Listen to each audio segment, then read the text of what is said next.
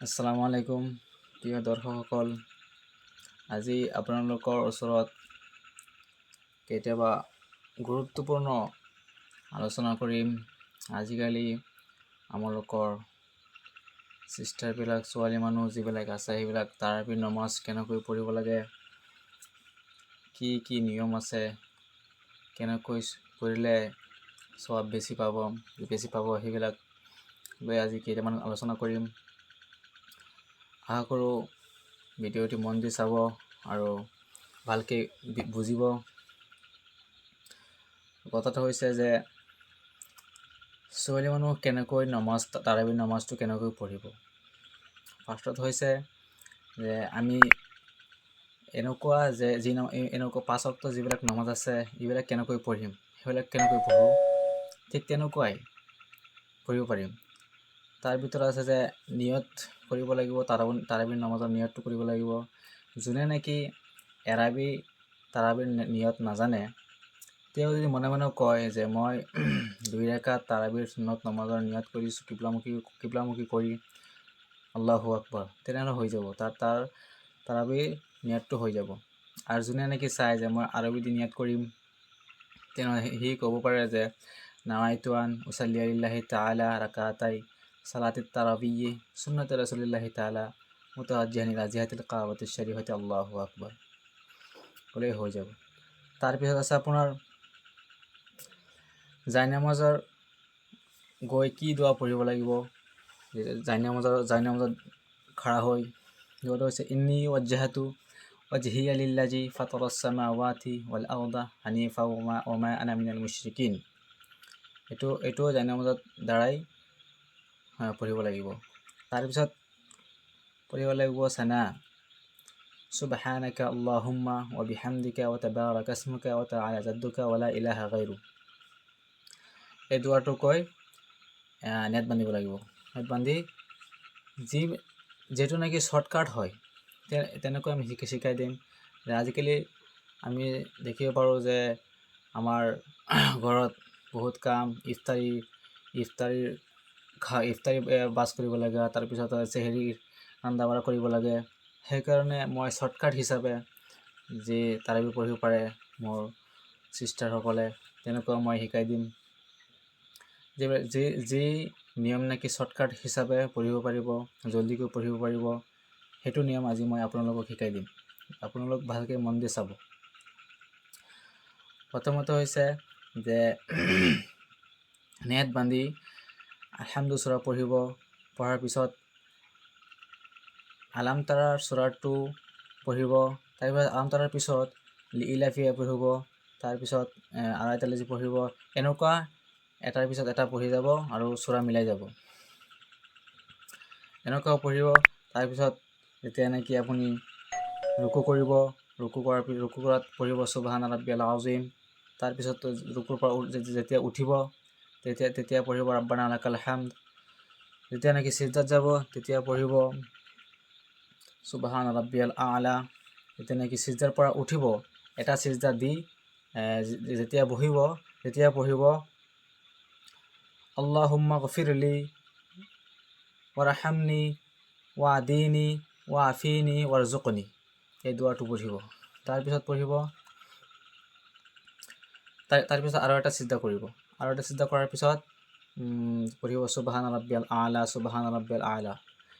তাৰপিছত উঠাৰ পিছত যেতিয়া বহিব, বহাৰ পিছত পঢ়িব তাশ্বাহুদ পঢ়িব আত্তাহিয়াতু লিল্লাহি ওয়াসসালাৱাতু ওয়াত্তাইয়িবাতু আসসালামু আলাইকা আইয়ুহান নাবিয়্যু ওয়া রাহমাতুল্লাহি ওয়া বারাকাতুহু আসসালামু আলাইনা ওয়া আলা ইবাদিল্লাহিস সালিহিন আশহাদু আল্লা ইলাহা ইল্লাল্লাহু ওয়াহদাহু লা শারীকা লাহু ওয়া আশহাদু আন্না মুহাম্মাদান আবদুহু ওয়া রাসূলুহু।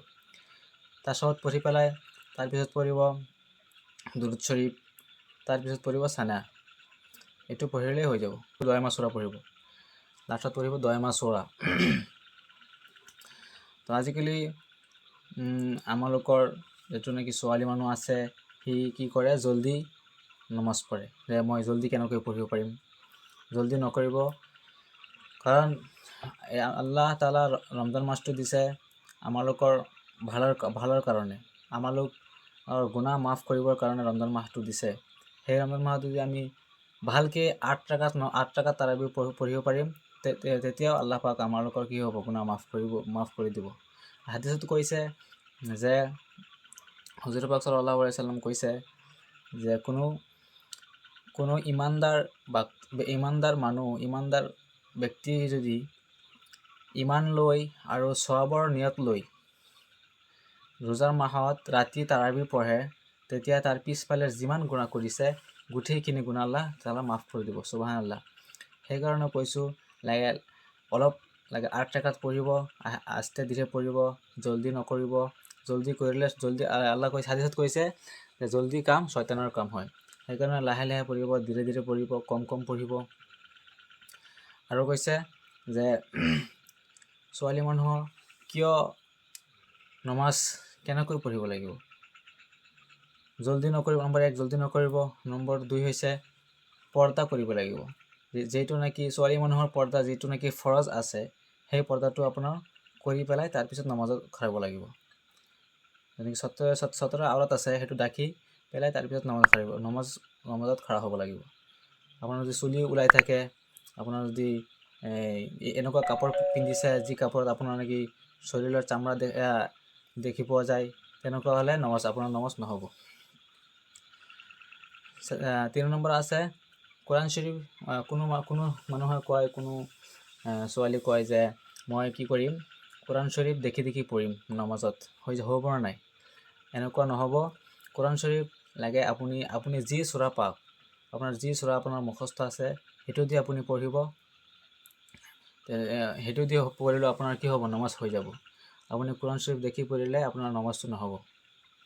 4 নম্বৰ আছে মোৰ কোনো ছোৱালী মানুহে ভাবে যে মোৰ এদিন মিছ হৈছে, আজি মিছ হৈছে, কালি মই নপঢ়িম। তেনেকুৱা নহয়। আপোনাৰ এদিন মিছ হৈছে, আপুনি এদিন বাদ দিয়ক। কালি আপোনাৰ আজি মিছ হৈছে, কালি আপুনি এইটো ভাবক যে কালি মিছ হৈছে, তেনেহ'লে কি হৈছে, আজি আছে, আজি মই নমাজ পঢ়িম।